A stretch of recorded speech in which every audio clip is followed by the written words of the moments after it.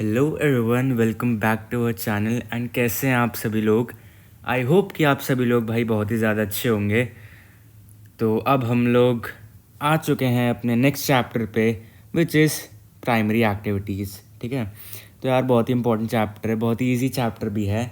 और तो और ये आपका फाउंडेशन सेट करेगा for next chapter, that is secondary activities. ठीक है, तो मेक श्योर कि आप लोग इसको बिल्कुल क्रिस्टल क्लियर कर लेना है ना, अच्छे से। एनसीईआरटी को line by line, word to word read करना बहुत ही अच्छे से। और यहीं से आपके क्वेश्चंस भी फंस जाएंगे CUET as well as boards के। एंड मैं आपके लिए पीवाईक्यूज़ भी साथ के साथ लाता जा रहा हूँ, तो मेक श्योर कि आप लोग उसको एक बार यार देख लो, है ना। हो जाएगा आपका बोर्ड्स में भी इसी से ही सब आ जाएगा, एंड सीयूईटी में तो आएगा ही आएगा, है ना। तो चलो यार, बिना किसी देरी के हम लोग शुरू करते हैं अपना आज का chapter, which is primary activities. ठीक है, तो यार शुरू करने के पहले मैं ये इसको हटा देता हूँ फ़िलहाल, है ना। रियली सॉरी, इसको हटाते हैं हम। और चलो यार अब शुरू करते हैं। तो सबसे पहले मेरा आप लोगों से एक क्वेश्चन है कि भाई प्राइमरी एक्टिविटीज़ हैं तो हैं क्या? ठीक है, प्राइमरी, मैं इसको चलो PA से डिनोट कर दे रहा हूँ, आप लोग समझ जाना। Alright, primary activities. तो सबसे पहले मैं आप लोगों से पूछना चाहता हूँ कि भाई प्राइमरी एक्टिविटीज़ आप लें हैं तो हैं क्या? तो देखो भाई, प्राइमरी एक्टिविटीज़ वो एक्टिविटीज़ हैं जो किस पे डिपेंड करती हैं, जो हमारी डायरेक्टली डिपेंड करती हैं इन्वायरमेंट पे। E for environment. ठीक है, आई एम रियली सॉरी, मेरे पे पेन नहीं है तो मैं हाथ से ही मुझे टाइप करना पड़ता है, इसलिए ड्रॉ करना पड़ता है। I am sorry. तो हैंड राइटिंग उतनी अच्छी नहीं आ पाती, बट स्टिल आप लोग समझना, primary activities are directly dependent on environment.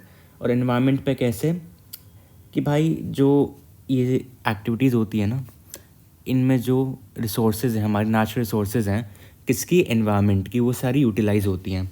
जैसे कि फॉर एन एग्जांपल अगर मैं आप लोगों को बताऊं, लैंड हो गया, क्या क्या आ गया इसमें? लैंड आ गया, वाटर आ गया, और क्या क्या आ गया? वेजिटेशन आ गई आपकी, ठीक है, मिनरल्स आ गए।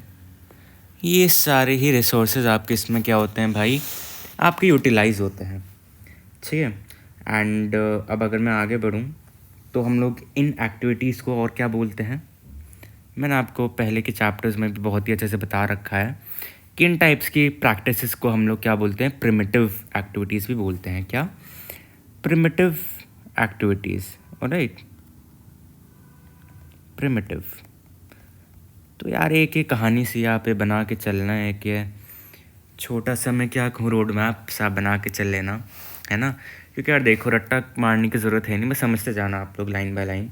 और अब अगर मैं आप लोगों को बताऊं तो इसमें क्या क्या एक्टिविटीज़ आएंगी और क्या क्या इसमें आ सकता है। चलो यहाँ पे हम लोग करते हैं इसका अगला, जस्ट अ सेकेंड, इसको चलो यहाँ पे मैं रहने देता हूँ, राइट। तो चलो यार, अब मैं आपसे पूछता हूँ कि भाई और क्या क्या इसमें आ सकता है। तो it includes all the activities which are connected to natural environment. ठीक है, जैसे कि फॉर एन एग्जांपल आपका hunting, this is also a natural activity, this is also primitive activity. Hunting, gathering, ये सब आपका 11th में पढ़ा हुआ होगा, है ना। थोड़ा थोड़ा तो आपको ओवरव्यू दे दिया ही जाता है। क्या हो गया आपका? पहला हो गया आपका हंटिंग, दूसरा हो गया आपका गैदरिंग। पास्टोरल एक्टिविटीज़ होगी। पास्चर का मतलब क्या होता है? घास चरने वाली जो आपकी लैंड होती है, फिर आप सिंपल इसको लैंड मान के चलो, है ना। Hunting, gathering, pasture. और फिर अगर मैं और बताऊँ आपको, फिशिंग आ गया आपकी, राइट, फिशिंग आ गई। एंड आगे क्या आ गया हमारा? फॉरेस्ट्री आ गई, एग्रीकल्चर आ गया, माइनिंग आ गया, क्वेरिंग आ गया। ठीक है, तो ये सब आपकी कुछ कुछ एक्टिविटीज़ थी। तो मेक श्योर कि आप लोग इसको थोड़ा सा अच्छे से करके जाना, है ना। रटना मत, बस माइंड में स्टोर करते हुए चलना यार, सब हो जाएगा, राइट। रुको, अब मैं इसको थोड़ा सा ठीक कर देता हूँ, जस्ट अ सेकेंड। यहाँ पे हमारा ये हमने पढ़ रखा है, एंड यहाँ पे ये डिलीट हो गया है अब। यस, अब हम लोग आगे बढ़ते हैं। अब कुछ कॉलर्स आपको पता होने चाहिए। क्या? पहला कॉलर मैं आपको सिंपल ही बता देता हूँ कि जो हमारे लोग इंगेज्ड होते हैं किसमें? प्राइमरी एक्टिविटीज़ में, उनको हम लोग कहते हैं रेड कॉलर वर्कर्स। ये आपको ध्यान रखना है, आपके MCQs के पर्सपेक्टिव से एक्सट्रीमली इम्पॉर्टेंट है। ठीक है, रेड कॉलर वर्कर्स। तो यानी कि आपके जितने भी लोग इन्वॉल्व हैं किसमें, प्राइमरी एक्टिविटीज़ में, ध्यान से करना इसको, प्राइमरी एक्टिविटीज़ में, ये सारे के सारे आपके आ जाएंगे हमारे रेड कॉलर वर्कर्स की सब कैटेगरी में। ठीक है, तो इतना आई होप कि मैं आप लोगों को समझा पा रहा हूँ और मैंने आपको अच्छे से समझा दिया है। अब आगे बढ़ते हैं हम लोग। आगे आता है हमारा टाइप्स ऑफ प्राइमरी एक्टिविटीज़। ये तो मैंने आपको थोड़ा सा ओवरव्यू दे ही दिया है। अब मैं आपको बताना चाहता हूँ कि कितनी टाइप्स की हमारी प्राइमरी एक्टिविटीज़ हैं, है ना। फिर हम लोग इसको थोड़ा सा एक्सप्लेन करेंगे। टाइप्स ऑफ प्राइमरी एक्टिविटीज़, पहला मैं बताऊँ तो है आपका हंटिंग। ठीक है, हंटिंग है हमारा पहला। सेकंड है हमारा गैदरिंग। ठीक है, थर्ड है हमारा पास्टोरलिज्म। ये आपका एक टोटली एक अलग ही सब कैटेगरी आ जाती है। तो फिर सबसे पहले मैं आपको हंटिंग से ही पढ़ाना चालू करता हूँ। ठीक है, तो ये थे आपके टाइप्स और अब आता हूँ मैं हंटिंग पे डायरेक्टली कि व्हाट एग्जैक्टली इज़ हंटिंग। यार हंटिंग से तो यार नाम से ही बहुत ही क्लियर है, क्या, किसी भी चीज़ का शिकार करना, राइट। और ये क्या है, एक इम्पॉर्टेंट पॉइंटर है कि ये सबसे ज़्यादा आपकी ओल्ड एक्टिविटी है, सबसे ज़्यादा आपकी most, it is considered as the most primitive activity, यानी कि सबसे पुरानी एक्टिविटीज़ को माना जाता है किसको, हंटिंग को। क्योंकि आप लोग समझ पा रहे होगे इसकी वर्डिंग से ही कि यार प्रिमिटिव सोसाइटीज़ वही सोसाइटीज़ थी जिन पे बिल्कुल भी टेक्नोलॉजिकल एडवांसमेंट नहीं थी, जिसकी वजह से उनको क्या करना पड़ता था, शिकार करके अपना खाना मतलब कंज्यूम करना पड़ता था। ठीक है, फिर चाहे वो कपड़े हों, चाहे उनका खाना हो, चाहे उनका वो घर हो, ठीक है, वो सब कुछ उनका हंटिंग पे ही बेस्ड था। और फिर हम लोग आगे बढ़ें तो फिर इसकी एक कहानी मैं आपको बताता हूँ कि क्या होता है। सबसे ओल्डेस्ट है एक तो, ठीक है, एंड आपकी एंशियंट सोसाइटीज़ इन इसमें बहुत ही इन्वॉल्व थी, बहुत ही डेवलप थी एंशियंट सोसाइटीज़। ठीक है, एंशियंट सोसाइटीज़ ये आपकी बहुत ही ज़्यादा इसमें डेवलप्ड थी, बहुत ही ज़्यादा इसमें झुकी हुई थी। क्यों, क्योंकि उन पे भाई टेक्नोलॉजिकल एडवांसमेंट नहीं था। और फिर आगे एक और एक पॉइंटर मैं इसको आपको कहानी की तरह समझाना चाहता हूँ ताकि आप लोगों को भूलो ना आप लोग। ठीक है, एंड फिर अगर मैं आगे बढ़ूँ तो फिर जैसे कि जो लोग हमारे बहुत ही हार्श क्लाइमेट में रहते हैं, जैसे कि यार बहुत ही ज़्यादा ठंड है या फिर बहुत ही ज़्यादा गर्मी है, तो फिर वो जो रीजन्स थे हमारे, वो किस पे सर्वाइव करते थे, वो हमारे सर्वाइव करते थे हंटिंग पे। ठीक है, and in spite of modernisation यानी कि आपकी जो मॉडर्न एक्टिविटीज़ आ गई, या फिर मैं कहूँ जो थोड़ा सा टेक्नोलॉजिकल एडवांसमेंट हो गया किसमें, in fishing due to technological progress. ठीक है, क्या हुआ कि अब तो भाई मॉडर्नाइजेशन आ गई, बट स्टिल फ़िशिंग हमारी एक ऐसी एक्टिविटी है जो काफ़ी ज़्यादा अभी भी यूज़ करी जाती है। किन के द्वारा, जैसे कि पीपल हो गए लिविंग इन कोस्टल रीजन्स। ठीक है, अगेन भाई उनका क्लाइमेट का वैसा ही है ना, कि भाई वेस्ट बंगाल में बहुत फ़िशेस पाई जाती हैं। आप गोवा चले जाओ, आप साउथ में चले जाओ, वहाँ पे आपको फ़िशेस का बहुत ही ज़्यादा कंजम्पशन दिखेगा। और वो क्यों है, क्योंकि भाई वो उनका बेसिकली वो वैसे ही बन गए हैं, राइट। एंड आगे बढ़ते हैं कि ड्यू टू इलीगल हंटिंग को हम लोग कहते हैं पोचिंग। ठीक है, I am really sorry for the hand writing, but आप लोग समझ जाना कि पोचिंग है। A large number of species now have become extinct, या फिर मैं कहूँ इंडेंजर्ड। यानी कि यार क्या हुआ, इतनी सारी भाई क्या क्या ह्यूमन बींग्स ने वोलेट करा, ह्यूमन बींग्स ने अपनी जो रिसोर्सेज इनको ओवर यूज़ कर रहे हैं हम लोग, जिसकी वजह से काफ़ी जो चीज़ें हमारी वो कम होती जा रही हैं धीरे धीरे। इसलिए हमारा क्या आइडिया था सस्टेनेबल डेवलपमेंट गोल्स का या फिर सस्टेनेबिलिटी का, है ना, ये हमारा आइडिया एक आया था। बट स्टिल क्या हुआ, जैसे कि भाई इलीगल पोचिंग हो गई। आप लोग देख सकते हो काफ़ी सारे प्रोजेक्ट्स गवर्नमेंट ऑफ इंडिया ने भी निकाले थे, किसको बचाने के लिए, टाइगर्स को बचाने के लिए यार, है ना। तो वो इसलिए निकाले थे क्योंकि यार उनकी इलीगल पोचिंग हो रही थी, जिसकी वजह से वो एक्सटिंक्ट या फिर इंडेंजर हो रहे थे, राइट। यानी कि उनका नंबर बहुत ही ज़्यादा कम हो गया था। एंड इन अर्ली टाइम्स, क्योंकि भाई प्रिमिटिव टूल्स थे, और प्रिमिटिव टूल्स किससे बने हुए होते थे, प्रिमिटिव टूल्स हमारे बने होते थे स्टोन्स। किन से बने होते थे, स्टोन्स यानी कि पत्थर से, twigs, right, twigs. And in सब से ये हमारे बने होते थे, क्या, प्रिमिटिव टूल्स। एरोज भी हैं, यही एरोज हैं, ठीक है, ट्विग्स और एरोज। तो जो हमारी जो नंबर ऑफ किलिंग्स थी यार, एनिमल किलिंग्स, वो बहुत ही ज़्यादा लिमिटेड थी एज़ कम्पेयर टू टुडे। और क्यों है ऐसा? क्योंकि भाई क्वाइट ऑब्वियस, अब तो हमारे पे मॉडर्नाइजेशन हो गई है ना यार, टेक्नोलॉजिकल एडवांसमेंट्स आ गए हैं, बट उस टाइम पे उतना नहीं था। तो जो किलिंग्स थी एनिमल्स की वो बहुत ही ज़्यादा सोफिस्टिकेटेड थी, बहुत ही ज़्यादा यार लिमिट में हो रही थी, बट अब ऐसा बिल्कुल नहीं है। अब मैं आगे बढ़ता हूँ, अब आते हैं हम लोग दूसरे एक्टिविटी पे, दैट इज़ गैदरिंग, ठीक है। अब आते हैं अपन लोग गैदरिंग पे। गैदरिंग क्या है? Gathering basically is the collection of plants and animals for food. Plants and animals किसके लिए? फूड के लिए। और किसके लिए? शेल्टर के लिए। And what else? And clothing, ठीक है ना यार। तो इस सब के लिए हमारी क्यों हुई जाती थी, क्या हुई जाती थी हमारी इन सभी एस्पेक्ट्स को फुलफ़िल करने के लिए, या फिर इन सभी बेसिकली मैं क्या बोलूँ अब इनको, ज़रूरतें, इम्पॉर्टेंट नीड्स हैं हमारी, है ना। ह्यूमन बींग्स की क्या ही नीड्स हैं यार, कि खाना होना चाहिए, घर पे छत हो, घर की मतलब छत होनी चाहिए, है ना, शेल्टर होना चाहिए, और तो और कपड़े होने चाहिए, राइट। तो फिर ये हमारा गैदरिंग है basically, and it is mainly practised by primitive societies who live in harsh climatic regions. फिर से वही चीज़ यार, जो लोग हमारे हार्श क्लाइमेटिक रीजन्स में रह रहे हैं, वहाँ पे आज भी आप लोग देखोगे कुछ कुछ ट्राइब्स हैं ऐसी जो अभी भी गैदरिंग करते हैं, जो अभी भी हंटिंग करती हैं अपने लाइफ को सस्टेन करने के लिए, राइट। तो ये हो गया हमारा बेसिक सा गैदरिंग का मतलब। एंड इसके मेन फीचर्स क्या हैं, अब मैं आपको इसके फीचर्स बताऊं तो यार देखो, सबसे पहला फीचर है इसका लो कैपिटल, लो मनी या फिर लो कैपिटल, है ना, लो कैपिटल। सेकंड क्या है इसका? Low level of technology, low technology. Third क्या है? Low yield per person, per person, ठीक है। एंड देन फोर्थ है हमारा लिटिल और नो सरप्लस इन प्रोडक्शन।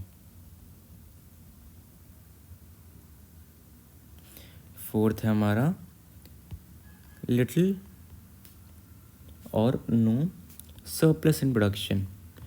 तो अब इन सब का क्या मतलब है, इन सब का मैं आपको धीरे धीरे से मतलब समझाता हूँ। सबसे यार लो यील्ड पर पर्सन का क्या मतलब है कि यार एक बंदे को as compare to on an average उसको कम मिल रहा है। क्या कम मिल रहा है? चाहे भाई मैं उसको फूड कह लूँ, क्लोथिंग कह लूँ, है ना, तो ये सब उसको लो यील्ड पर पर्सन हो रहा है। ऑन एन एवरेज अगर मैं बताऊँ तो फिर यार सबका, जैसे फैमिली मेम्बर्स हैं 4 मान लो, उन सभी ने गैदरिंग की एक्टिविटी को अपनाया, बट उनका जो टोटल था यील्ड वो ज़्यादा बैठा, ठीक है। क्योंकि भाई किसी ने ज़्यादा कर लिया, किसी ने कम कर लिया, वो मैनेज हो गया। बट जो यील्ड पर पर्सन है उसको तो यार आप लोग डिवाइड कर दोगे ना, एवरेज का जो कंसेप्ट है वो इसी पे तो बेस्ड है ना। तो क्या हो जाएगा, लो यील्ड पर पर्सन बहुत ही ज़्यादा कम हो जाएगी, क्योंकि वो बढ़ जाएगा, डिवाइडेड बाय 4 हो जाएगा। एंड अगला है हमारा लिटिल और नो सरप्लस इन प्रोडक्शन। क्या होता था यार कि सरप्लस यानी कि एक्स्ट्रा चीज़, सरप्लस यानी कि जो आपका मतलब थोड़ा सा मैं आपको प्रॉफिट कह दूँ इन लेमैन्स वर्ड, है ना, प्रॉफिट आपका प्रोडक्शन में बहुत ही कम होता था या फिर तो भाई होता ही नहीं था, है ना।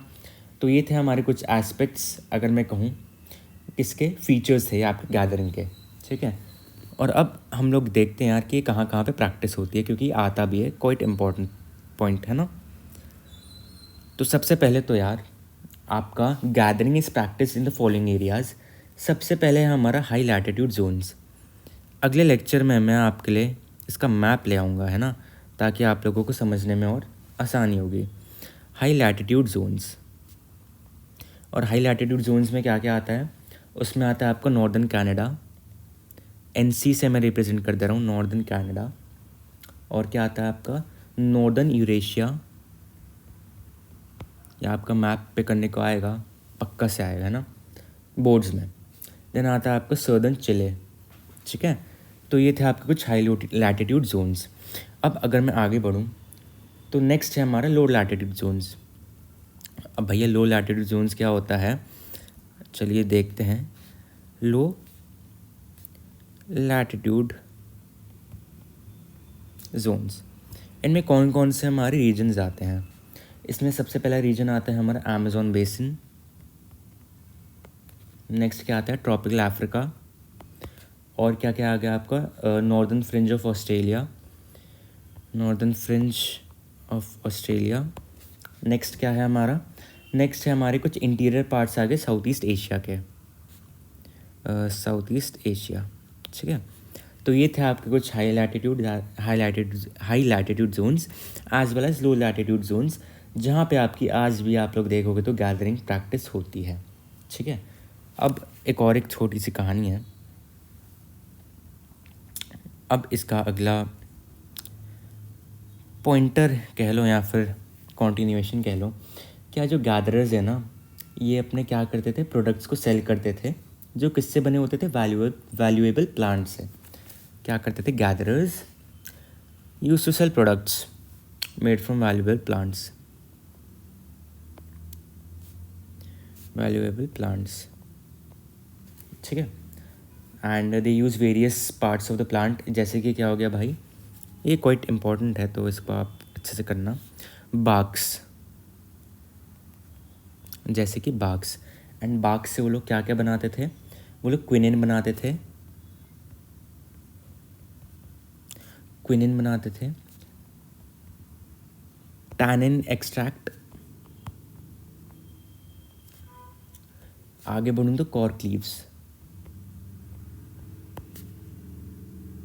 ठीक है, तो ये आपके कुछ इम्पोर्टेंट चीज़ें हैं जिससे ये लोग यूज़ करते थे ना, इनकी वैल्यूएबल प्लांट्स थे इनके, राइट।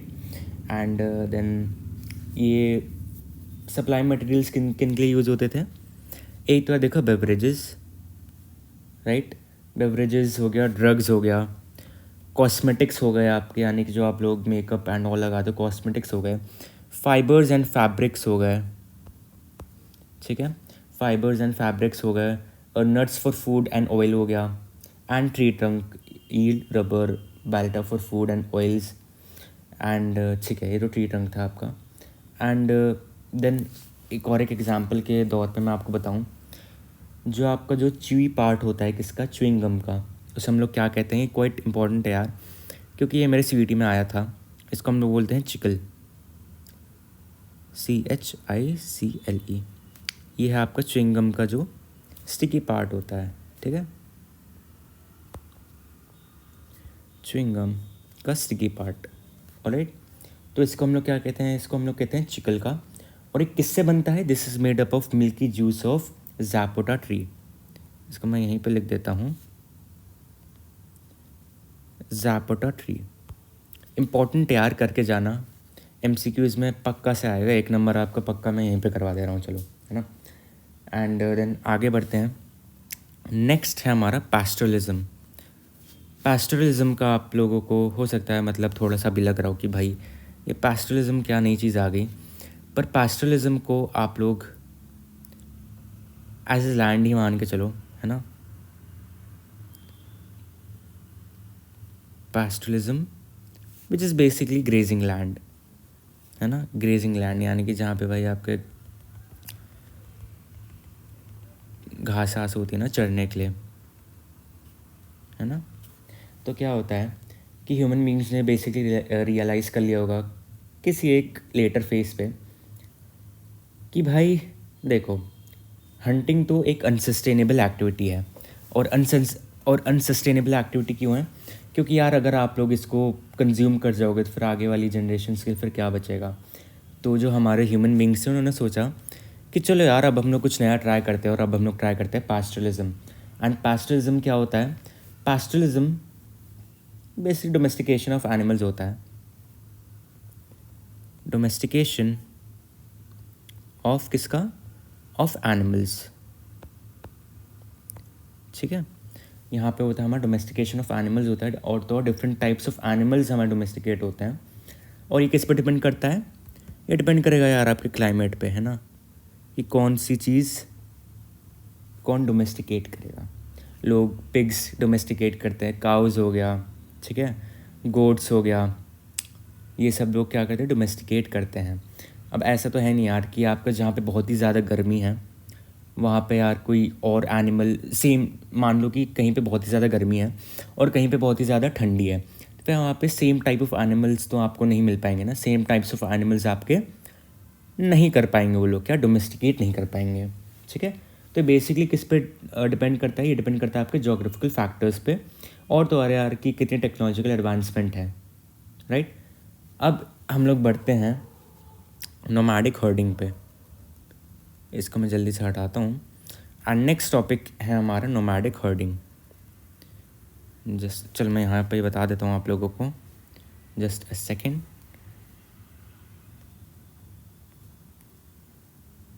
हाँ, अब हम लोग आते हैं अपने नोमैडिक हर्डिंग पे।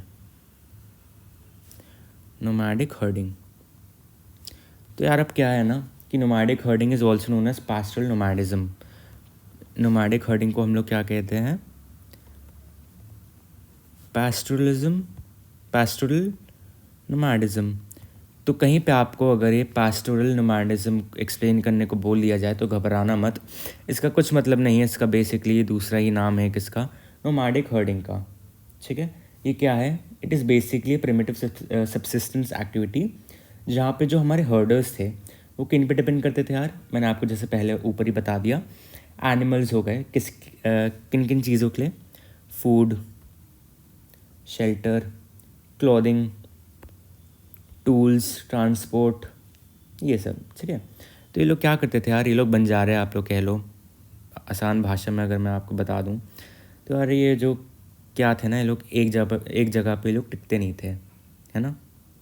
ये लोग क्या करते थे, ये लोग मूव करते रहते थे to different areas with their livestock for availability and quality of pastures and water. ठीक है, जहाँ पे उनको भाई अच्छा पास्चर मिल जाए, जहाँ पे उनको अच्छी मैं कह दूँ भाई अच्छी ज़मीन मिल जाए या फिर अच्छा पानी मिल जाए, तो वो लोग वहीं पे मूव करते रहते थे। ठीक है, एंड इनका एक बेसिकली एक पूरे ग्रुप के साथ ये लोग चलते थे, बंजारे जैसे मैंने आप लोगों को बताया, राइट। और इन ट्रॉपिकल अफ्रीका में cattle is the most important livestock, quite important for your CUET as well as board. क्या है आपका cattle, it is the most important livestock of tropical Africa. आगे मैं बताऊँ आपको, अगर Sahara desert as well as Asiatic deserts में वहाँ पे क्या क्या इम्पोर्टेंट वो हैं, रुको, सहारा एंड एशियाटिक डेजर्ट्स, वहाँ पे आपके कौन कौन से इम्पोर्टेंट एनिमल्स हैं, वहाँ पे हैं आपका शीप हो गया, गोट्स हो गए, कैमल्स हो गए, है ना। सहारन डेजर्ट एंड एशियाटिक डेजर्ट्स, क्या होता है वहाँ पे, शीप्स, गोट्स एंड कैमल्स। और फिर अगर मैं आऊँ कि माउंटेनियस एरियाज़ में, जैसे कि आपका टिबेट हो गया, फिर एंडीज़ हो गया, वहाँ पे आपका कौन कौन से इंपॉर्टेंट एनिमल्स होते हैं जो आपको देखने को मिलेंगे फॉर पास्टोरलिज्म। ठीक है, वो क्या क्या हैं आपके, इनके लाइफ स्टॉक्स आप कह लो, क्योंकि इन्हीं के ही ऊपर पे यार इनका पूरा बेसिकली लाइफ स्टॉक ही यार, है ना, इसी से लोग अपने को सस्टेन करते हैं। क्या हो गया माउंटेनियस रीजन्स में, MR से मैं इसको रिप्रेजेंट कर दे रहा हूँ, माउंटेनियस रीजन्स में आपके हो गए याक हो गए, है ना, लामाज, में इसकी प्रोनाउंसिएशन मुझे नहीं पता है, सो एक्सट्रीमली सॉरी, लामाज हो गया। और तो और फिर आर्टिक एंड सब आर्टिक एरियाज़ में, आर्कटिक एंड सब आर्कटिक एरियाज़ में हो गया आपका रेनडियर। ठीक है, तो ये थे आपके कुछ बहुत ही इंपॉर्टेंट यार पॉइंटर्स अभी तक के, है ना। अब आगे बढ़ते हैं, अब हम लोग आते हैं ट्रांसह्यूमेंस पे। ये आपको मैं इसलिए बता रहा हूँ क्योंकि आपका CUET में देखो यार पक्का आएगा, एक नंबर में आप लोगों का पक्का करवा देना चाहता हूँ, तो ये है आपका ट्रांसह्यूमेंस, है ना। एक्सट्रीमली इम्पॉर्टेंट है यार ये ट्रांसह्यूमेंस। इसकी कहानी है, कुछ इम्पोर्टेंट वैसा नहीं है, पर क्या होता था कि जो हर्डर्स थे ना, वो जैसे कि मूव करते थे from one place to another, कि भाई उनको पास्चर मिल जाए, या फिर या तो वो हॉरिजॉन्टल डिस्टेंस पे मूव करते थे, या फिर vertical from one elevation to another in the mountainous regions.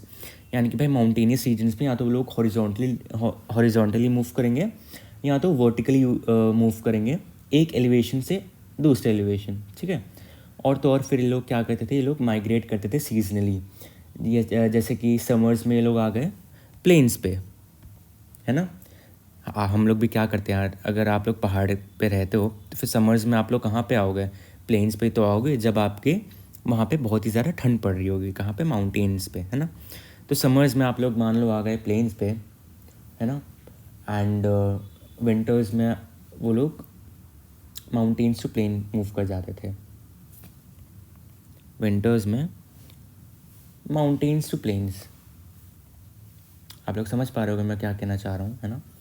कोई प्रैक्टिकल यार कि जब गर्मी हो रही थी तो फिर लोग प्लेन्स को, मैंने इसका, ये लोग प्लेन्स से कहाँ मूव कर जाते थे? Just a second. During summers they move from plains to mountains, ठीक है यार, समर्स में। एंड विंटर्स में क्या होता था? विंटर्स में इनका वाइस वर्सा होता था। विंटर्स में इनका वाइस वर्सा हो गया, है ना, गर्मियाँ सर्दियाँ जैसे हम लोग भी तो करते हैं ना यार। तो ये हो गया, ठीक है। और तो जो प्रोसेस था किसका? सीजन माइग्रेशन का। Transhumance is nothing but season migration, ठीक है। ये है आपका सीजन माइग्रेशन। तो अगर आपका आ जाए बोर्ड्स में या फिर आपके प्री बोर्ड्स में एक्सप्लेन करने को, तो फिर जो आपका कीवर्ड होने वाला है वो होने वाला है आपका सीजन माइग्रेशन, कि it is basically a type off season migration. And अब मैं अगर आपको आगे और बताऊँ थोड़ा सा इन डेप्थ, तो फिर हिमालयाज़ या फिर जो ट्राइबल पीपल होते थे लाइक गुज्जर्स, बकरवाल्स, गादीज एंड भूतियाज़, ये लोग क्या करते थे? ये लोग प्रैक्टिस करते थे ट्रांसह्यूमेंस को, और लोग माइग्रेट करते थे from plains to mountains in summers and mountain pastures to plains in winters, ठीक है। और तो और फिर यार टुंड्रा रीजन्स में क्या होता था? It is practice by nomadic herders. किसमें? टुंड्रा रीजन्स में। जो लोग साउथ टू नॉर्थ मूव करते थे समर्स में, साउथ टू नॉर्थ, किसमें? In summers, and north to south in winters, ठीक है। तो ये हो गया आपका। एंड अब इसमें तो बेसिकली इतना ही था। इस पर्टिकुलर जो मैं आपको कह दूँ लाइक क्या बोलूँ, सेट में, है ना। अब आगे बढ़ते हैं हम लोग यार। कुछ टाइप्स के हमारे एग्रीकल्चर्स आते हैं। इसको मैं हटाता हूँ सबसे पहले, और अब हम लोग आते हैं किस पे? अब मैं आपको बताता हूँ कुछ टाइप्स के एग्रीकल्चर्स, राइट।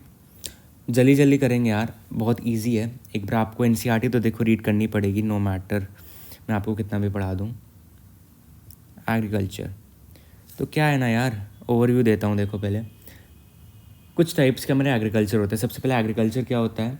एग्रीकल्चर यार बेसिकली जो आपका, कैसे बताऊँ मैं आपको एग्रीकल्चर क्या होता है? सबको पता ही होगा, है ना यार। खेती, farming, this is all agriculture only, है ना। कि यार आप लोग कुछ प्रोड्यूस कर रहे हो, जैसे कि कुछ ईटेबल आइटम्स, यानी कि भाई जवार हो गया, या फिर कुछ भी कह लो यार, कुछ भी टाइप का फ्रूट हो गया, है ना, वेजिटेबल्स हो गई आपकी, वो सब आ जाता है आपका एग्रीकल्चर। और तो और आज भी इंडिया में एक बहुत ही लार्ज नंबर ऑफ पॉपुलेशन है which is dependent on farming, also known as agriculture, ठीक है। तो यार क्या है कि मेजॉरिटी ऑफ द पीपल वो है हमारे एग्रीकल्चर में ही बेसिकली बेस्ड हैं इस पूरी दुनिया में इनफैक्ट। और तो और basically number of physical as well socio economic conditions give rise to different types of agricultural systems. यानी कि यार अलग अलग टाइप्स के हमारे एग्रीकल्चरल सिस्टम्स होते हैं। सबसे पहले आता है हमारा सबसिस्टेंस एग्रीकल्चर। इस टाइप की फार्मिंग में हमारा क्या होता है? बेसिकली सारे टाइप्स की प्रोडक्शन होती है हमारी, वो कंज्यूम कर लेता है प्रोड्यूसर ही। यानी कि मान लो मैं प्रोड्यूसर हूँ, मैंने प्रोड्यूस करा और मैंने ही खा लिया, तो क्या करा मैंने अपने आप को सस्टेन किया, this is known as subsistence agriculture, ठीक है। और तो जो प्रोड्यूसर्स का जो प्रोड्यूस होता था वही हमारे जो, जैसे कि मैं प्रोड्यूसर हूँ, मैंने ही कंज्यूम कर लिया, तो फिर मैं ही कंज्यूमर बन गया, मैं ही प्रोड्यूसर भी बन गया, ठीक है। और तो और इसको फिर दो टाइप्स की कैटेगरीज में हम लोग बांटते हैं। एक होता है हमारा प्रिमिटिव और एक होता है हमारा इंटेंसिव सबसिस्टेंस एग्रीकल्चर, राइट। अब मैं बताऊँ आपको, अगर प्रिमिटिव सबसिस्टेंस एग्रीकल्चर में क्या होता है, इस टाइप की फार्मिंग में क्या होता है कि जो वेजिटेशन होती है हमारी, उसको हम लोग क्लियर कर देते हैं। कैसे? By fire and slash.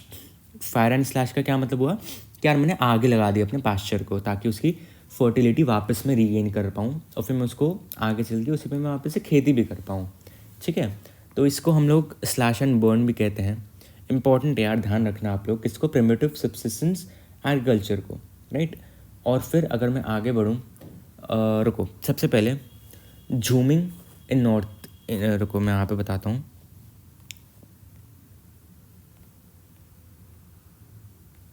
इसको डिलीट करते हैं, यहाँ पे आते हैं। अब मैं आपको बताऊँ झूमिंग कहाँ पे बोलते हैं, in north eastern states of India, in north eastern states of India, ठीक है। ये हमारे नॉर्थ ईस्टर्न स्टेट्स हो गए। बेसिकली प्रिमिटिव सब्सिस्टेंस एग्रीकल्चर को हम लोग झूमिंग बोलते हैं, कहाँ पे, north eastern states of India में। और आगे चल के मिल्पा बोलते हैं हम लोग, कहाँ पे, मिल्पा हम लोग बोलते हैं central America and Mexico, right. और अगला है हमारा लदांग। लदांग हम लोग कहाँ पे बोलते हैं, लदांग हम लोग बोलते हैं इसको Indonesia as well as Malaysia में, ठीक है। तो यार ये आपके कुछ इंपॉर्टेंट पॉइंटर्स हैं जो आपको याद रखने पड़ेंगे, ये आपके एमसीक्यूज में आएंगे, प्रिटी श्योर, ठीक है, अच्छे से करना। और अब अगर मैं आगे बढ़ूँ, अगला है हमारा इंटेंसिव सब्सिस्टेंस एग्रीकल्चर। इसमें भी हमारे 2 टाइप्स आ जाते हैं यार, देखो, है ना। थोड़ा सा आपको कॉम्प्लेक्स लग रहा होगा बट है नहीं यार, एक बार रीड कर लेना अच्छे से। और मैं तो आपको इसको बेसिकली स्टोरी की तरह समझाते चलूँगा आराम से, राइट। इंटेंसिव सब्सिस्टेंस एग्रीकल्चर, पहला है हमारा intensive subsistence agriculture dominated by wet paddy. 2 type होते हैं यार, dominated by wet paddy, WP लिख दे रहा हूँ मैं इसको, है ना। वेट पैडी में क्या होता है, इस टाइप के एग्रीकल्चर में क्या होता है, इसमें डोमिनेंस होता है किसका, राइस की क्रॉप का। क्यों, क्योंकि भाई हाई डेंसिटी ऑफ पॉपुलेशन होती है एज वेल एज जो हमें जो लैंड होल्डिंग्स होती हैं, यानी कि एक लेबर पे कितनी अमाउंट ऑफ लैंड है वो बहुत ही कम होती है ना। और तो और ये वेट पैडी हमारी लेबर इंटेंसिव होती है, which is basically done by family members themselves ना। और तो और फिर यार मैनुअल लेबर यूज़ होता है हमारी इस एग्रीकल्चर में। और फिर जो फर्टिलिटी है हमारी सॉइल की वो कैसे मेंटेन करी जाती है, by the farmyard manure, farmyard manure, ठीक है। तो क्वाइट इम्पोर्टेंट यार, मैं आपको पॉइंटर्स बता रहा हूँ, आप लोग नोट्स बनाते चलना प्लीज़, है ना। नहीं बना पाओगे तो फिर यार मैं प्रोवाइड कर ही दूंगा, बट इससे बेटर है यार कि आप लोग खुद बना लो नोट्स, क्योंकि खुद बनाओगे तो याद भी रहेगा, और याद रहेगा तो फिर यार नंबर पूरे आएंगे, मेरी गारंटी है ना। तो इसमें था हमारा, एक था हमारा wet paddy, dominated by wet paddy, and the second one is dominated by other crops, ठीक है, जहाँ पे हमारा वेट पैडी नहीं आता है। तो इस टाइप के एग्रीकल्चर में हमारा कौन से क्रॉप्स डोमिनेट करते हैं, which are other than paddy, as it is not suitable to grow paddy in many parts of monsoon Asia due to a number of geographical factors like क्या क्या हो गए हमारे यार, क्लाइमेट हो गया, रिलीफ हो गया, सॉइल हो गया, एक्सेट्रा हो गया, राइट। तो फिर जो अलग अलग क्रॉप्स हैं जैसे कि यार वीट हो गया, सोयाबीन हो गया, बार्ले हो गया, सोरघूम हो गया, ये सारे हमारे ग्रो करे जाते हैं कहाँ पे, northern China, Manchuria, north Korea and north Japan, ठीक है। तो बेसिकली इसका तो यही था मेन। और अब एक नेक्स्ट पे आते हैं हम लोग, इसको भी जल्दी से ख़त्म करते हैं। ये भी एक इम्पॉर्टेंट आपका टॉपिक है यार, that is plantation agriculture, and इस पर पक्का से आपके बोर्ड्स में एक नया एक सवाल ज़रूर आएगा। क्या है अब हमारा, अभी है हमारा ये प्लांटेशन एग्रीकल्चर।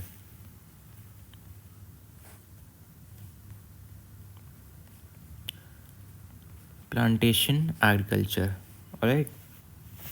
प्लांटेशन एग्रीकल्चर क्या होता है, तो बेसिकली यार ये जो सिस्टम ऑफ एग्रीकल्चर था किसने इंट्रोड्यूस किया था, यूरोपियंस ने, किसने, यूरोपियंस ने, ठीक है। फिर ये कहाँ पे स्टार्ट हुआ था, it was started in those colonies which are situated in a tropical areas. कहाँ पे सिचुएटेड थे ये लोग, ट्रॉपिकल एरियाज़ में। क्यों, क्योंकि भाई वहाँ पे प्रॉफिट ओरिएंटेड ज़्यादा थी, लार्ज स्केल ऑफ प्रोडक्शन हो पाती थी, राइट। और फिर कुछ मेन कैरेक्टरिस्टिक्स है इसके एग्रीकल्चर के, वो क्या क्या है हमारी, कि ये जो हमारी क्रॉप्स थी जो प्लांटेशंस में ग्रो होती थी, आर कैश क्रॉप्स, जैसे कि, रुको मैं यहाँ पे लिख देता हूँ, cash crops are basically market oriented, cash यानी कि यार प्रॉफिट। जैसे कि क्या हो गया हमारा, पाम हो गया,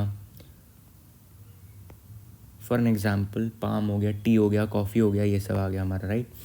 फिर हमारा स्टेट्स या फिर जो प्लांटेशंस थे are large and the capital invested in them is also huge, यानी कि आज जो कैपिटल उनमें इन्वेस्ट करा जाता था it was quite huge, quite large, ठीक है। फिर आते हैं हम लोग मैनेजरियल और टेक्निकल सपोर्ट में, इसको प्रोवाइड करना पड़ता था, और जो कल्टीवेशन थी उसको हम लोग कैसे करते हैं, थ्रू साइंटिफिक मेथड्स, ठीक है। इनको कैसे करते हैं हम लोग, through scientific methods. And don't worry, अगले लेक्चर में मैं आपको इसके कुछ डायग्राम्स भी लेके ले आऊँगा यार, पिक्चर्स, ताकि आप लोगों को रिकॉल करने में और आसानी हो जाएगी फिर, ठीक है। फिर अगले हमारा क्या यहाँ पे जो है, जनरली यहाँ पे एक क्रॉप की स्पेशलाइजेशन होती है ना, वन क्रॉप स्पेशलाइजेशन, यहीं पे मैं लिख देता हूँ, इसको हटा देता हूँ सबसे पहले मैं। क्या होता था यहाँ पे, वन क्रॉप, यानी कि एक ही क्रॉप को हम लोग स्पेशलाइज करते हैं यहाँ पे। मिक्स्ड फार्मिंग यहाँ पे नहीं हो रही है अभी कि यार मैं आधा मैंने बांट दिया अपना लैंड, आधे पे मैंने कुछ और प्रोड्यूस करा और आधे पे कुछ और, ठीक है। यहाँ पे वन क्रॉप प्रोडक्शन होता था, और तो और फिर चीप लेबर होता था, गुड ट्रांसपोर्टेशन होता है, cheap labour, good transportation, right, यहाँ पे ये सब होता है। फिर आज जो डिफरेंट यूरोपियंस थे उन्होंने जो है plantations in different areas of the world शुरू कर दिया, जैसे कि जो हमारे जो फ्रेंच पीपल थे, they established cocoa and coffee plantations in West Africa. French people जो थे उन्होंने क्या किया, कोकोआ एंड कॉफ़ी की प्लांटेशंस कहाँ पे इस्टेब्लिश कर दी, वेस्ट अफ्रीका में, ठीक है। एंड देन जो ब्रिटिशर्स थे ऑफ कोर्स उन्होंने इंडिया, श्रीलंका, यहाँ पे उन्होंने कर दिया था प्लांटेशन सेटअप। ब्रिटिशर्स ने इंडिया हो गया यार, ऑफ कोर्स श्रीलंका हो गया, यहाँ पे क्या था ना यार, टी की बहुत ही अच्छे से कल्टीवेशन होती थी, और तो और उन्होंने रबर प्लांटेशन की भी सेटअप क्या कर दिया था, कहाँ पे, मलेशिया में, ठीक है। तो यार ये कुछ इंपॉर्टेंट पॉइंट्स हैं, आपको याद रखने पड़ेंगे। और फिर sugar and banana plantation in West Indies भी, राइट। फिर यार जो हमारे जो डच पीपल थे, अब कौन आ गया हमारे, अब आ गए हमारे डच पीपल। सो जो हमारे डच पीपल थे, एक बार जैसी उनके पास मोनोपोली आ गई किसकी, शुगर केन की, उन्होंने प्लांटेशन सेटअप कर दिए कहाँ पे, इंडोनेशिया में। एंड देन थे हमारे बस इतने थे। तो 4 मेन हैं आपके, पहला है आपका फ्रेंच, सेकंड है आपका ब्रिटिशर्स, थर्ड है आपके Spanish and American, and fourth है हमारा डच, ठीक है। तो ये था हमारे यार कुछ बहुत ही इंपॉर्टेंट पॉइंट्स। फिर अब अगर मैं आप लोगों को आगे लेके बढ़ूँ तो अगला टॉपिक जो इम्पोर्टेंट है मैं आपको वही करवा रहा हूँ, है ना। मिक्स फार्मिंग देखो कोई बेसिक है यार मिक्स फार्मिंग, बट मैं आपको एक बार एक ओवरव्यू दे देता हूँ इसका। मिक्स फार्मिंग क्या होता है, इस पर्टिकुलर फार्मिंग में क्या होता है, along with crop cultivation animal husbandry भी प्रैक्टिस होती है। एनिमल हस्बेंड्री यानी कि आप किसी भी एनिमल को यार क्या कर रहे हो, ब्रीड कर रहे हो। जैसे कि यार इम्पोर्टेंट एनिमल्स क्या हैं यहाँ के, cattle, sheep, pigs, poultry animals, ठीक है। तो इसमें क्या होता था कि यार ये जो फार्म्स थे हमारे ज़्यादा एक्सटेंसिव नहीं थे, बट मॉडरेट इन साइज़ थे, यानी कि ओकेज से इनका साइज़ था। और तो और फिर इनके जो इम्पोर्टेंट क्रॉप्स यहाँ पे जो ग्रो होते थे वो होते थे हमारे वीट, बार्ले, ओट्स, राई, मेज़, ठीक है। और फिर यार यहाँ पे जो हमारे फॉडर क्रॉप्स होते हैं, फॉडर क्रॉप्स यानी कि चारा जो आपकी गाय वगैरह खाती है ना। फॉडर क्रॉप्स यहाँ पे एक इम्पॉर्टेंट कैपिटल था किसके लिए, मिक्स फार्मिंग के लिए, क्योंकि वो हमारे एनिमल्स को फीड करने को के लिए क्या होता था, यूज़फुल होता था। फिर आता है हमारा क्रॉप रोटेशन यहाँ पे होता था, और तो और इंटर क्रॉपिंग भी होती थी, क्यों, ताकि जो हमें सॉइल फर्टिलिटी वो हमारी मेंटेन रहे, राइट। आगे बढ़ते हैं, आगे आता है हमारा नेक्स्ट वन इज़ अपना डेयरी फार्मिंग।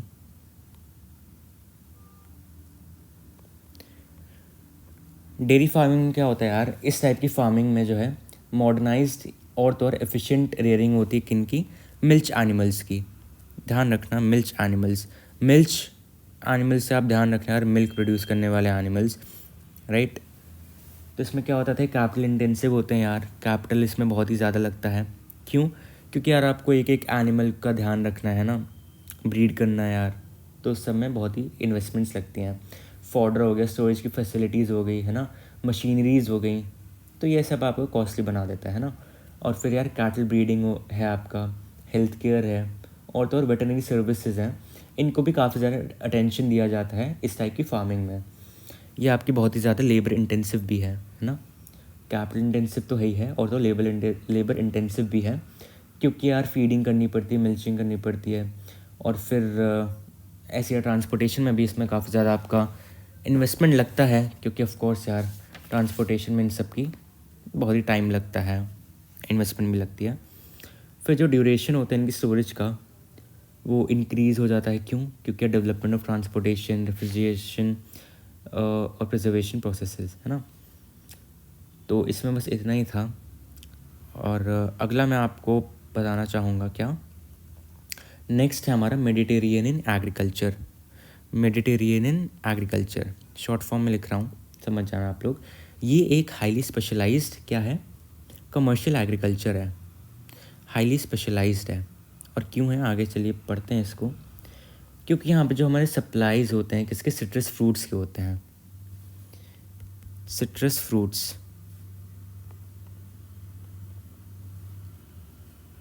ठीक है। और जो स्पेशलिटी होती है इस रीजन की, वो होती है यार विटिकल्चर। क्या होता है विटिकल्चर अपना, विटिकल्चर है अपना ग्रेप कल्टीवेशन, ग्रेप कल्टीवेशन, जहाँ पे हम, जिससे हमारी वाइन्स भी बनती हैं। तो दिस इज़ क्वाइट इम्पॉर्टेंट यार, ये आप लोग याद रखना काफ़ी अच्छे से। क्या, पहला हाईली स्पेशलाइज्ड है, सिट्रस फ्रूट्स की प्रोडक्शन होती है। विटिकल्चर होता है यहाँ पे, विटिकल्चर से हमारा क्या है डायरेक्टली रिलेटेड, ग्रेप कल्टीवेशन, और ग्रेप कल्टीवेशन से हमारी बनती है वाइन्स, ठीक है, टॉप क्लास वाइन्स बनती है हमारी। और फिर जो रिमेनिंग इन्फीरियर क्वालिटी के ग्रेप्स होते हैं उनको हम लोग ड्राई कर देते हैं किन में, regions as well as currents में। फिर यार ऑलिव्स एज, और तो और जो हमारे फिग्स होते हैं वो यहाँ पे पाए जाते हैं किन में, विंटर्स में, राइट। और यहाँ ये कहाँ कहाँ पे प्रैक्टिस किया जाता है, ये आप लोग और एक बार देख लो। ये हमारा प्रैक्टिस करा जाता है ऑन द कंट्रीज़ ईदर, को मैं बता देता हूँ, either either side of Mediterranean Sea in Europe and in North Africa, I'm sorry, and North Africa. From कहाँ पे, टूनीशिया, ठीक है, टू नॉर्थ अटलांटिक कोस्ट, तो अटलांटिक कोस्ट लिख लो आप लोग टू बी मोर प्रिसाइज। तो ये था आपका मेडिटेरेनियन एग्रीकल्चर, ठीक है। फिर आता है हमारा कुछ और इम्पोर्टेंट है हमारे, एक होता है हमारा ट्रक फार्मिंग। ट्रक फार्मिंग क्या होता है, रुको मैं इसको हटा देता हूँ सबसे पहले।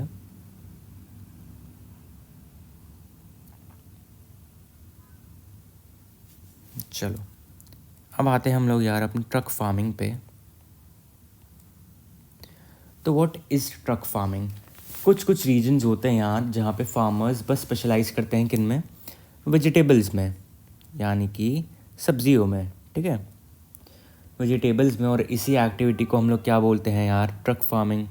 क्वाइट सिंपल है ना, इसमें कुछ ऐसा था नहीं, क्योंकि यार इसका नेम ट्रक फार्मिंग इसलिए पड़ा क्योंकि यार जो डिस्टेंस होता था फार्म्स का, जहाँ पे क्रॉप्स हमारी उगती थी, जिसको अपन ट्रक फार्म कहते थे, और जो मार्केट था जो काफ़ी ज़्यादा डिस्टेंस पे पाया जाता था, यानी कि काफ़ी ज़्यादा ट्रांसपोर्टेशन का कॉस्ट लगता था, यानी कि ज़्यादा से ज़्यादा ट्रांसपोर्टेशन लगता था उसमें, और तो और जो ट्रक्स थे उनको ओवरनाइट अपना ट्रैवल कवर करना पड़ता था, इसलिए इसका नाम पड़ेगा ट्रक फार्मिंग, ठीक है।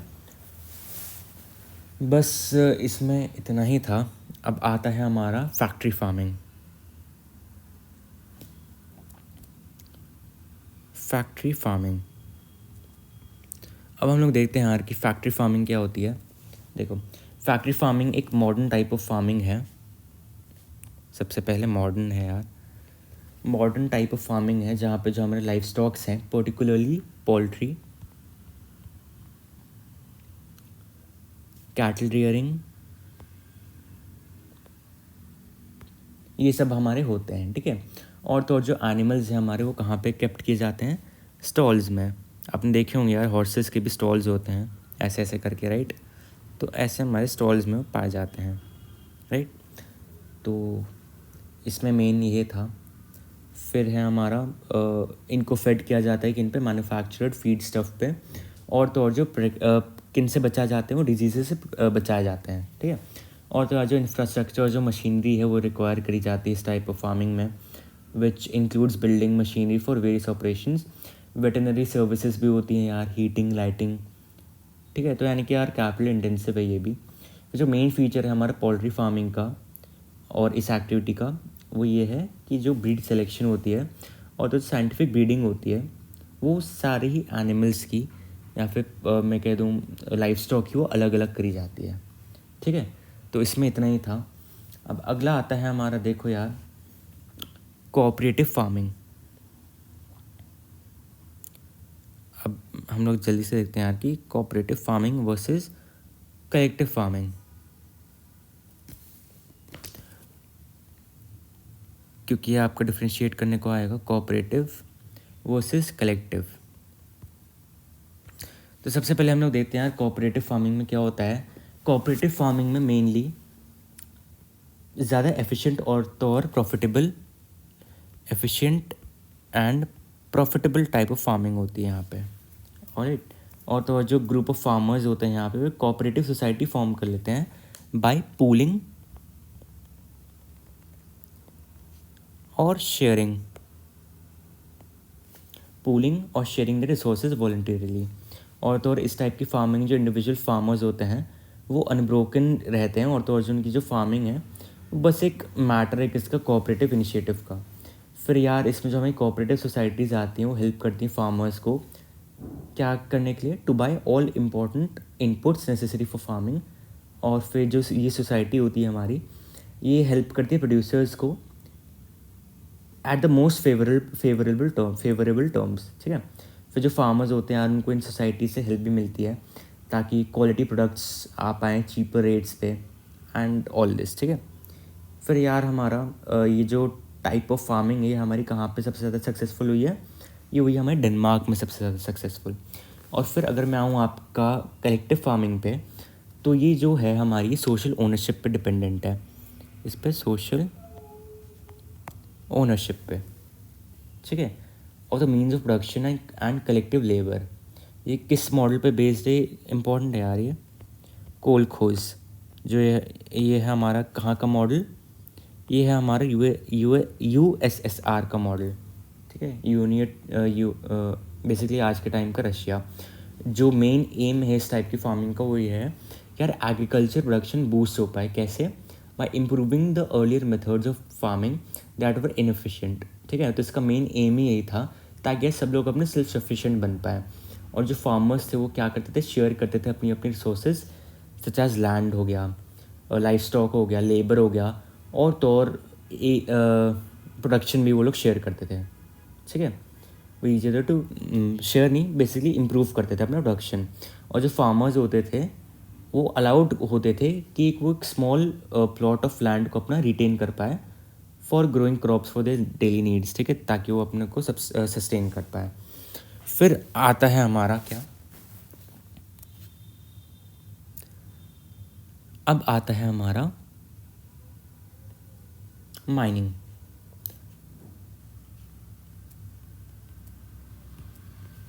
माइनिंग के भी यार हमारे कुछ टाइप्स होते हैं। सबसे पहले माइनिंग होता क्या है, सबसे इम्पॉर्टेंट यार माइनिंग है हमारी प्राइमरी एक्टिविटी, ठीक है, जहाँ पे होता है हमारा एक्सट्रैक्शन होता है किस चीज़ का, मिनरल्स का। एक्सट्रैक्शन होता है ऑफ कमर्शियली वैल्यूएबल मिनरल्स जो कहाँ पे पाए जाते हैं, हमारे deep inside the earth surface. फिर जो माइनिंग है हमारी डिपेंड करी जाती है इकोनॉमिक और तो फिजिकल फैक्टर्स पे, ऑलराइट। अब देखते हैं हम लोग यार कि क्या क्या फैक्टर्स जो अफेक्ट करते हैं माइनिंग को। तो देखो यार सबसे पहला जो फैक्टर है हमारा वो है फिजिकल फैक्टर। फिजिकल फैक्टर्स में क्या क्या आता है हमारा, इसमें आता है हमारा साइज़ आ गया, ग्रेड आ गया, मिनरल जो है हमारा उसका ग्रेड क्या है, और तो और मोड ऑफ अकरेंस। और जो सेकंड है हमारा वो है हमारे इकोनॉमिक फैक्टर्स। इकोनॉमिक फैक्टर्स, इसमें हमारा क्या आता है, इसमें आता है हमारा demand for minerals, technology available and use, capital to develop infrastructure and labour and transport costs. ठीक है, तो इस सब का ये economic factor as well as physical factors आ गए। अब मेथड्स ऑफ माइनिंग पे आते हैं हम लोग। दो मेथड्स होती हैं हमारी माइनिंग की, एक होती है हमारी surface mining,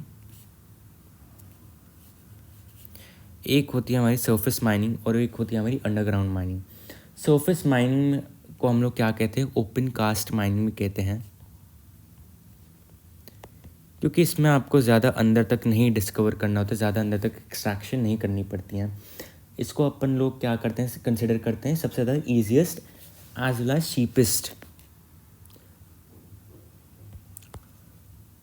cheapest mode of हमारी माइनिंग है। क्या, कौन सी वाली, सरफेस माइनिंग, क्योंकि इसमें इतना ज़्यादा कैपिटल इन्वेस्टमेंट नहीं चाहिए होता है, और तो जो इक्विपमेंट्स यूज़ करे जाते हैं सेफ्टी के, वो भी थोड़े लो होते हैं यार, कॉस्ट उनका थोड़ा सा लो होता है। ठीक है, और तो और इसमें क्या होता है, लार्ज एंड रैपिड आउटपुट होता है। और फिर दूसरा है हमारा अंडरग्राउंड माइनिंग।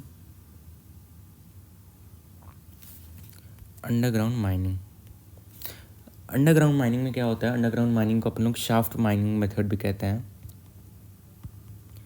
और ये लेबर इंटेंसिव होता है एज वेल एज इसमें इन्वेस्टमेंट भी ज़्यादा चाहिए होती है। क्यों, क्योंकि ये यूज़ करा जाता है हमारे एक ऐसे केस में जहाँ पे जो ओर है हमारा, जैसे कि आयरन ओर फॉर एग्जांपल, वो डीप बिलो द सरफेस लाई करता है हमारा। ठीक है, और तो और इस मेथड पे अपन लोग वर्टिकल शाफ्ट्स क्रिएट करते हैं, फिर हम लोग उसको नीचे भेजते हैं। मैं ऐसा क्या कहते हैं, आई होप कि मैं आपको समझा पा रहा हूँ कि उसको हम लोग क्या करते हैं, वर्टिकली शाफ्ट्स को हम लोग नीचे भेजते हैं, कहाँ पे, जहाँ पे हमारी अंडरग्राउंड गैलरीज होती हैं, फिर वो रेडिएट करती हैं ईच अदर को, फिर भाई हमारा मिनरल ऐसे एक्सट्रैक्ट होता है। सो बेसिकली काफ़ी ज़्यादा डेंजरस है, एज वेल एज इसमें काफ़ी सारे माइनर्स की डेथ भी हो जाती है। अगर आप लोगों ने एक अक्षय कुमार की एक मूवी देखी हो, आई एम नॉट श्योर कि क्या नाम था उस मूवी का, बट हाँ एक मूवी थी जिसमें जो इसी पे बेस्ड थी, तो आप लोग देखना हो, उसमें आपको ज़्यादा अच्छे से पता चलेगा, है ना, प्रैक्टिकल नॉलेज मिलेगी कि कैसे होती थी हमारी अंडरग्राउंड शाफ्ट माइनिंग, अभी भी होती है। तो इसमें बेसिकली यार केविंग होती थी, और क्योंकि हम लोग वर्टिकली लोगों को नीचे भेजते थे, तो उस वजह से वहाँ पे यार फ्लड्स आ गए केसेस में, है ना, ये सब हो जाता था। फिर काफ़ी ज़्यादा क्या कहते हैं, फर्टैलिटीज़ होती थी, काफ़ी ज़्यादा डेथ्स हो जाती थी माइनर्स की। तो इसमें बस इतना ही था यार इस चैप्टर में, और ये चैप्टर था हमारा primary activities. And next lecture में मैं आप लोगों के लिए लाऊंगा कुछ डायग्राम्स एज वेल एज कुछ PYQs भी। तो guys please stay tuned and thank you so much for staying till the end. I hope कि मैं आप लोगों को अच्छे से समझा पाऊँगा। कुछ भी ना समझ में आया हो यार, तो please feel free to comment down and बता देना यार, जो भी ना आया हो मैं उसको फिर से एक बार एक्सप्लेन कर दूंगा, है ना। तो thank you very much everyone. तो आज के लिए बस इतना ही, मिलेंगे हम लोग अपने नेक्स्ट लेक्चर में, तब तक ले